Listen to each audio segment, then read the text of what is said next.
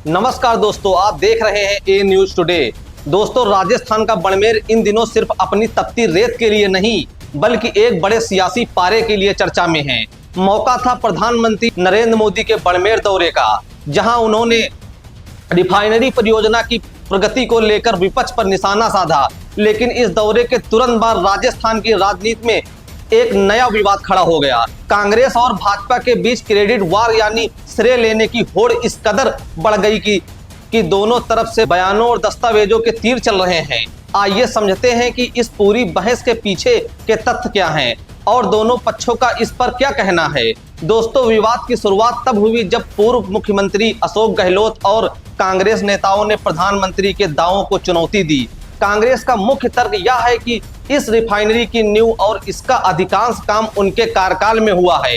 कांग्रेस के अनुसार साल सन 2008 में इस परियोजना की रूपरेखा बनी और सन 2013 में तत्कालीन यूपीए सरकार के समय इसका शिलान्यास किया गया। कांग्रेस नेताओं ने 1 अगस्त सन 2024 को लोकसभा में सरकार द्वारा दिए गए एक लिखित उत्तर का हवाला दिया, जिसके अनुसार 15 जुलाई सन 2024 तक रिफाइनरी का लगभग 80% काम पूरा हो चुका था। दोस्तों, विपक्ष का कहना है कि चूंकि दिसंबर सन 2023 तक राज्य में कांग्रेस की सरकार थी, इसलिए इस 80% कार्य का बड़ा हिस्सा उनके कार्यकाल में ही पूरा हुआ।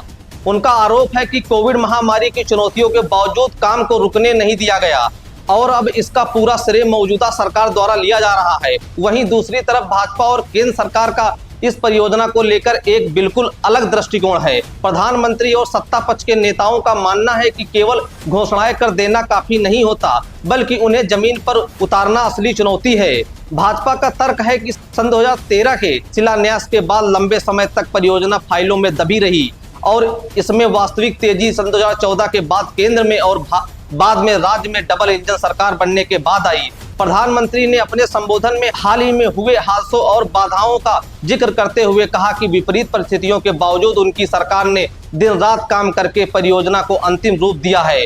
सत्ता पक्ष का कहना है कि उनकी कार्य प्रणाली केवल योजनाओं की घोषणा करने की नहीं बल्कि उन्हें समयबद्ध तरीके से पूरा करके जनता को सौंपने की है। राजनीति में विकास कार्यों का श्रेय लेना कोई नई बात नहीं है।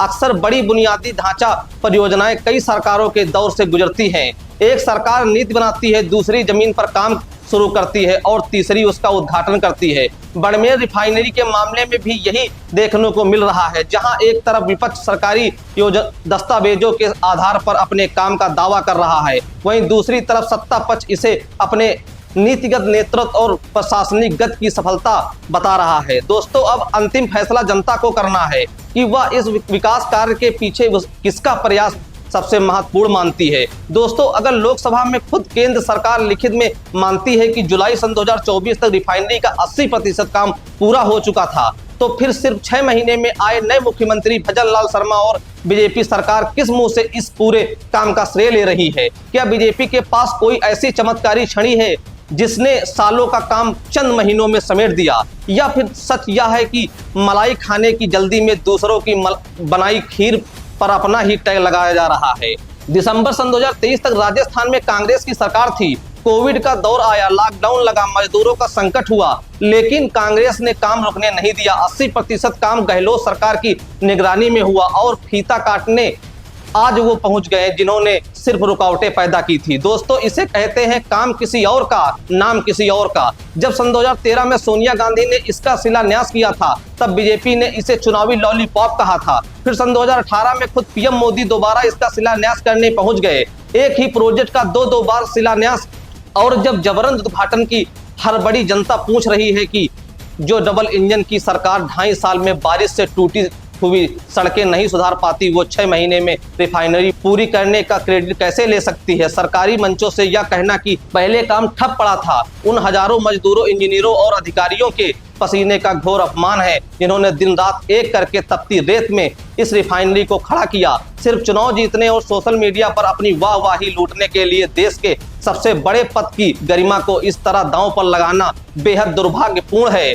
इतिहास गवाह है कि शिलापट से नाम तो मिटा सकते हैं, लेकिन जनता के दिमाग से सच नहीं मिटा सकते। अब देखना यह है कि आंकड़ों के इस जाल पर घिरी बीजेपी इस सफेद झूठ का क्या जवाब देती है। दोस्तों, आपको क्या लगता है? क्या वाकई यह काम का श्रेय चुराने की कोशिश है? अपनी राय कमेंट बॉक्स में जरूर बताएं और चैनल को सब्सक्राइब करना ना भूलें।